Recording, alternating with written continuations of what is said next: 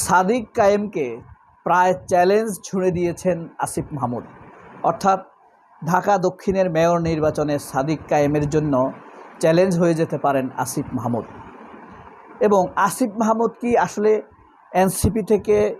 এনসিপিকে নিয়ে জামায়াত ইসলামের 11 দলীয় জোট থেকে বেরিয়ে যেতে চান কিনা, এমন একটি প্রশ্নের জবাবে আসিফ মাহমুদ কি বলেছে আপনাদেরকে সেই জিনিসটা এখন দেখাই।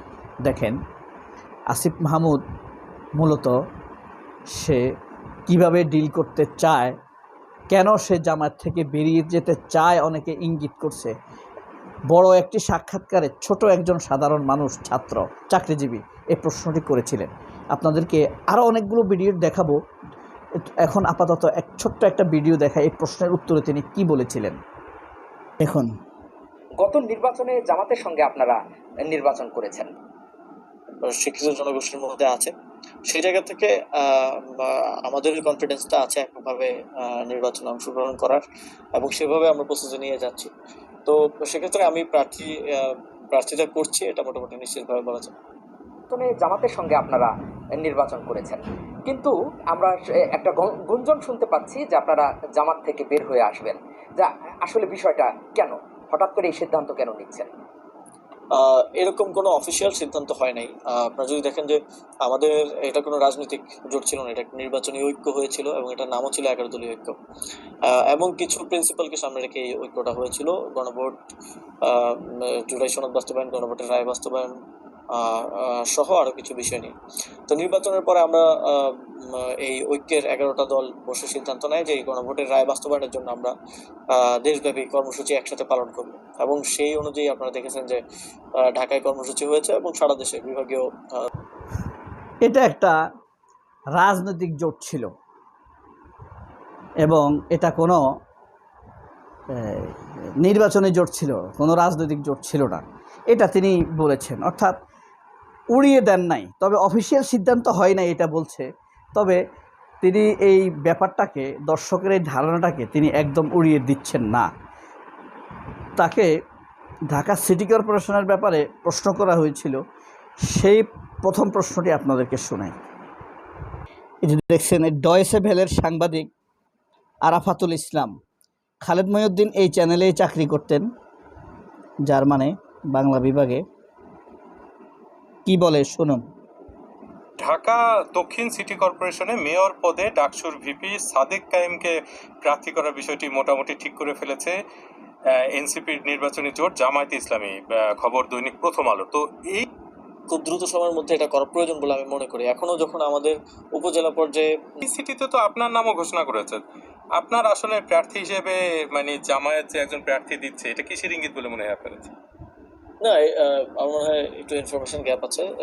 উনি জোটের প্রার্থী না, উনি জামাতে ইসলামীর প্রার্থী, দলের প্রার্থী, এবং এবং আমি এনসিপির প্রার্থী। এটা অনেকে হয়তো গুলিয়ে ফেলে মাঝে মধ্যে। এবং আমাদের 11 দলীয় জোটের অন্যান্য দলের পক্ষ থেকেও প্রার্থী ঘোষণার তারা হয়তো তাদের মতো করে প্রস্তুতি নিচ্ছে। প্রাথমিকভাবে এনসিপি এই স্থানীয় সরকার নির্বাচনে এককভাবে অংশগ্রহণ করার ব্যাপারেই সিদ্ধান্ত নিয়েছে, এবং অনেকে এটা ধরে নেয় যে জোটে থাকার কারণে বা এক ধরনের সমঝোতায় থাকার কারণে হয়তো একসাথেই স্থানীয় সরকার নির্বাচন করা হবে। আসলে ব্যাপারটা এরকম না। শেষে কি বলছে, অনেকেই মনে করে জোটে থাকার কারণে একসাথে ইলেকশন করা হবে, আসলে ব্যাপারটা এমন না।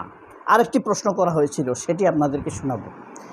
এখানে প্রশ্ন করা হয়েছে সাদেক কায়েমকে, মানে প্রথম আলোর তথ্য অনুযায়ী সাদেক কায়েমকে 11 দলীয় জোটের প্রার্থী ঘোষণা, সেই ক্ষেত্রে আপনারা কি তাকে 11 দলের জোটের প্রার্থী হিসেবে মেনে নিছেন কিনা?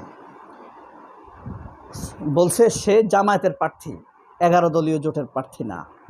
11 দলীয় প্রার্থী আমি নিজে, অর্থাৎ আসিফ মাহমুদ বলছে 11 দলের প্রার্থী তিনি নিজেই, এবং তিনি প্রার্থী হবেন। সেক্ষেত্রে আলোচনা, এবং তার আরও কয়েকটা কথা বলছে যে তার অভিজ্ঞতা আছে এই ব্যাপারে। তিনি স্থানীয় সরকার পল্লী উন্নয়ন সমবায় মন্ত্রণালয়ের উপদেষ্টা ছিলেন যখন ডক্টর ইউনূস স্যার আপনার প্রধান উপদেষ্টা ছিলেন, তখন আসিফ মাহমুদ কিন্তু স্থানীয় সরকার পল্লী উন্নয়ন সমবায় মন্ত্রণালয়ের উপদেষ্টা হিসেবে কাজ করেছেন।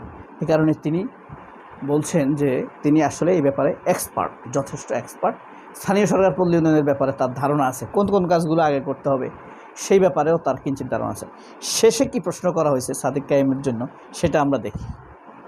এই যে দেখেন, গণভোটের রায় বাস্তবায়নের এই জায়গাটাকে সামনে রেখেই কিন্তু এই সেরকম যদি আপনার সমঝোতা হয় এনসিপির নেতৃত্বে, সেক্ষেত্রে কি আপনি এই আসন থেকে সরে দাঁড়াবেন এরকম কোনো পরিকল্পনা আছে আপনার? না, আমার নির্বাচনে অংশগ্রহণ করার পরিকল্পনা আছে। বিশেষ করে সিটি কর্পোরেশনে আমি শহরের, যেহেতু আমি স্থানীয় সরকার মন্ত্রণালয়ে প্রায় 1 বছর মতো। দেখেন আরাফাতুল ইসলাম প্রশ্ন করছে যদি সমঝোতা হয় সেক্ষেত্রে নির্বাচন থেকে কি আপনার সরে যাবার সম্ভাবনা আছে কিনা।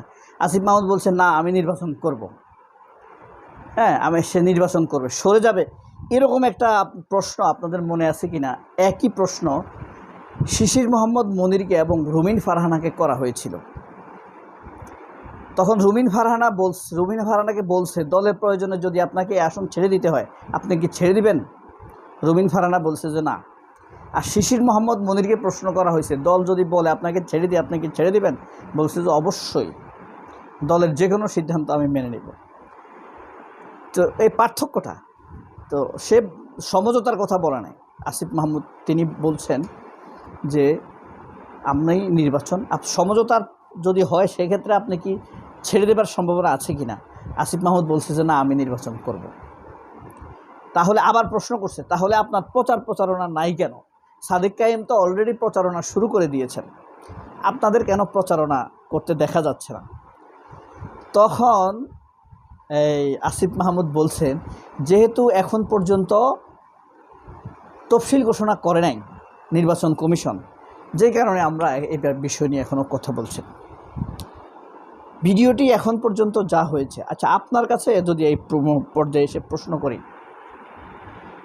আসিফ মাহমুদ সজীব ভুঁইয়ার কিন্তু জনপ্রিয়তা সবচাইতে বেশি ছিল, কিন্তু ডে বাই ডে আপনাদের কি মনে হচ্ছে কি না ওনার জনপ্রিয়তা কিছুটা কমছে। মানে এটা কি এমপি না হওয়ার কারণে নাকি তার বিরুদ্ধে কিন্তু প্রচুর অপপ্রচার হয়েছে।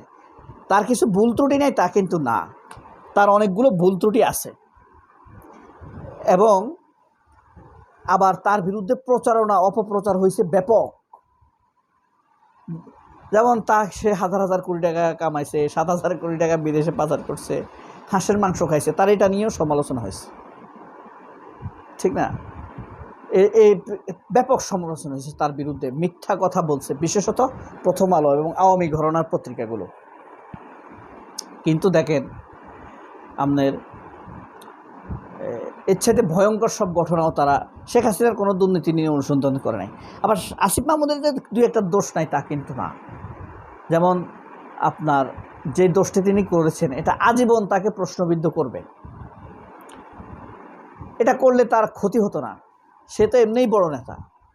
যেমন সে একটা বই বের করছিল এই আসিফ মাহমুদ, সেখান থেকে সাদেক কায়েমের ছবি কেটে বাদ দিয়ে দিয়েছে।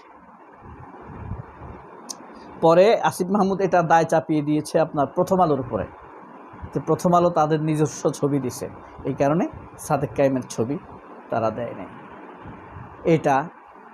তারপরে আপনার সে কিন্তু এনসিপিতে আসতে চায় নাই, সে বিএনপিতে যোগ দিতে চেয়েছিল, সে জামায়াতের সাথে অস্বস্তি বোধ করে এবং উপদেষ্টা থাকাকালীন সময়ে জামায়াতের সকল কাজের প্রায় উনি বিরোধিতা করত, উনি এবং মাহফুজ বেশি করত। কিছু ভুল ত্রুটি আছে, যাই হোক, তবে তারা আমাদের রত্ন।